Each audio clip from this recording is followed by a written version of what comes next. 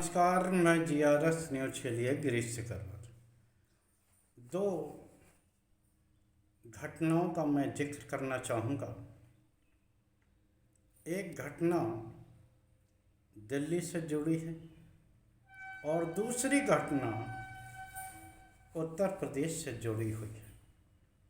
और दोनों घटनाओं में मात्र साम्य ये है कि इन घटनाओं में एक तरह से दिल्ली की घटना में गुजरात लॉबी को झटका लगा है और दूसरी घटना में उत्तर प्रदेश में गुजरात लॉबी अगर ऐसा कुछ काम करती है जैसे कि 2024 के चुनाव परिणामों के बाद जिस प्रकार योगी आदित्यनाथ को हटाने की बात सामने आ रही थी, तो उसमें छतरी विधायक क्या कर सकते हैं और छतरी महापुरुषों पे जो लगातार वार हो रहे हैं उसको लेकर समाज के विधायक क्या कर सकते हैं, इस संबंध में एक बैठक हुई जिसे कुटुंब परिवार का नाम दिया गया। तो निश्चित तौर पर इस बारे में आपको हम जानकारी देंगे। पहली घटना दिल्ली से जुड़ी ही जान लेते हैं। कॉन्स्टिट्यूशन क्लब ऑफ इंडिया सांसदों और पूर्व सांसदों का एक क्लब है जिसमें कि सभी दलों के सांसद, पूर्व सांसद इसके सदस्य होते हैं। करीब 1200 सदस्य हैं और 1996 इसका जो सचिव प्रशासन का पद है वो पूर्व केंद्रीय मंत्री राजीव प्रताप रूढ़ी इस पर लगातार काबिज रहे हैं। ये पद बहुत ही प्रतिष्ठा का पद माना जाता है। हालांकि इसमें 3 सचिव और होते हैं, वो भी कांग्रेस और DMC या यूँ कह लीजिए अपने तमिलनाडु के स्टालिन की जो पार्टी है DMK उससे चुने गए हैं। लेकिन ये जो पद मैंने बताया इस ओर पूरे देश की निगाह थी, लेकिन गुजरात लॉबी ने ये सोचा कि अब की बार इस पद पर जो कि पहले सिर्फ ये मनोनयन से भरे जाते थे, अब की बार चुनाव करा दिया जाए। तो उन्होंने पूर्व केंद्रीय मंत्री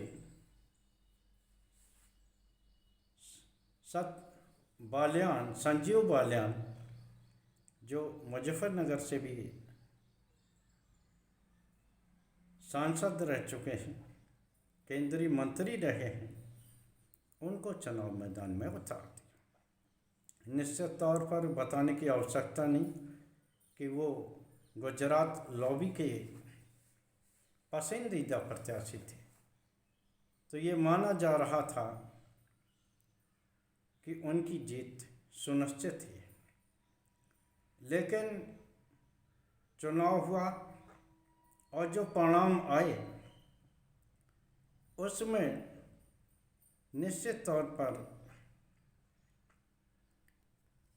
राजीव प्रताप रूढ़ी ने अपने प्रतिद्वंदी को 100 से ज़्यादा मतों से हरा दिया।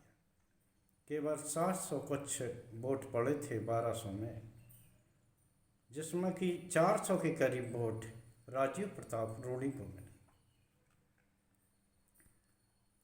निश्चित तौर पर यह दर्शाने को अब काफ़ी है कि 2024 के चुनावी परिणामों के बाद अब गुजरात लॉबी की स्थिति वो नहीं रही है जो पहले होती थी। उनके एक इशारे पर सभी तरह के काम हो जाते थे, लेकिन अब सांसदों ने अपने विवेक का इस्तेमाल करना शुरू कर दिया। क्या ये संजीव बालियान की हार आगे चलकर कोई गुल खिलाने वाली है, या इसने ये संकेत दे दिए हैं कि अगर गुजरात लॉबी बिना सांसदों से परामर्श के अपने मनपसंद का या अपने जेबी उपराष्ट्रपति का चुनाव कराते हैं तो निश्चित तौर पर उनको हार मिल सकती है। एक तरह से ये एनडीए की हार भले ही घोषित करें आप, लेकिन ये भारतीय जनता पार्टी खासकर गुजरात लॉबी की हार। हालांकि इस परिणाम को, जबकि इसमें जातपात नहीं होता, लेकिन इस परिणाम को क्षत्रिय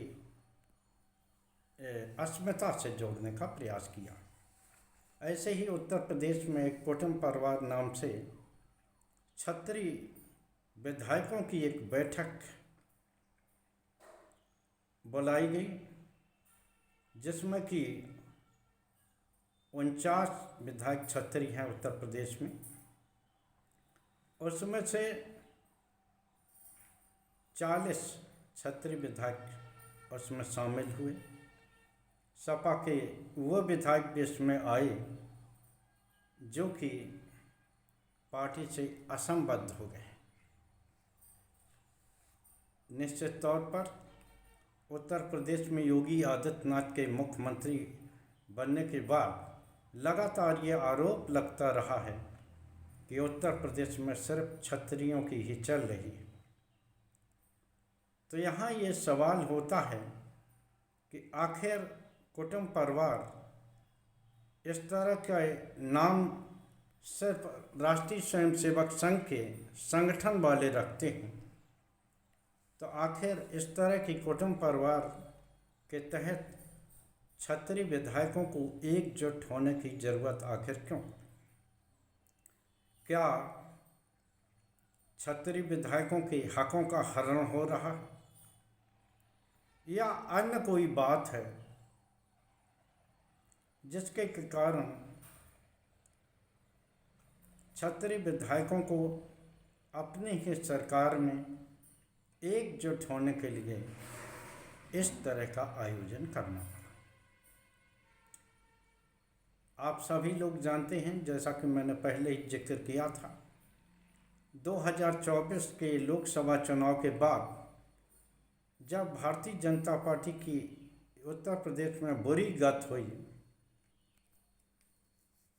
वो आधी सीटों पर आ गई, तो निश्चित तौर पर ये कयास लगाए जाने लगे और संकेत मिलने लगे कि योगी आदित्यनाथ को हटाया जा सकता है, क्योंकि 2027 के चुनाव में उनकी बदौलत से वो भारतीय जनता पार्टी चुनावी मैदान में नहीं जाएगी। लेकिन योगी आदित्यनाथ भी पुराने अखाड़ची हैं, तो उन्होंने किसी तरह मैनेज करके अपनी सत्ता को आज तक बरकरार रखा हुआ है। हालांकि बीच बीच में गुजरात लॉबी इस तरह के संकेत देती रहती है, जैसे कि योगी आदित्यनाथ को अभी हटा रहे हैं, तब हटा रहे हैं, लेकिन अभी तक वो अपने पद पर बने हुए हैं। तो क्या योगी आदित्यनाथ को मजबूत दिखाने के लिए ही क्षत्रिय विधायक एकजुट हुए? ये एक ऐसा प्रश्न है जिस पर कि विचार किए जाने की जरूरत है, क्योंकि बार बार इस तरह के संकेत दिए जाते रहे हैं